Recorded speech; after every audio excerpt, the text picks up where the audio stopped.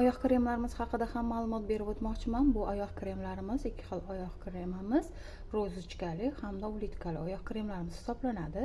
Bu kremlarimizning vazifasi antiperspiranti bor bo'lgani uchun bemalol mana issiq kunlarda yoki sovuq kunlarda oyoqlarimiz hidlanadi, to'g'rimi? Hidlanadigan griboklari bor oyoqlar ko'p.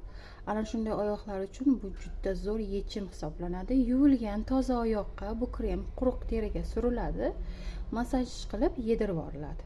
Bo'ldi. Kunduzi esa o'sha oyoq kiyimlarimiz ichini ham tozalashimiz kerak bo'ladi. Unga уже kunduzi antiperspirantlarimiz bor. Женский, мужской antiperspirantlarimiz bor. Ana o'shandan foydalangan holda oyoq kiyimlari ichiga sepamiz va kunduzi oyog'imizga ham sepib, bemalol oyoq kiyimlarimizdan kiyib foydalansak bo'ladi. Albatta tavsiya qilardim. Bu erkakka ham, ayolga ham birday xizmat qiladi. Bemalol hammaga tavsiya qilsangiz bo'ladi.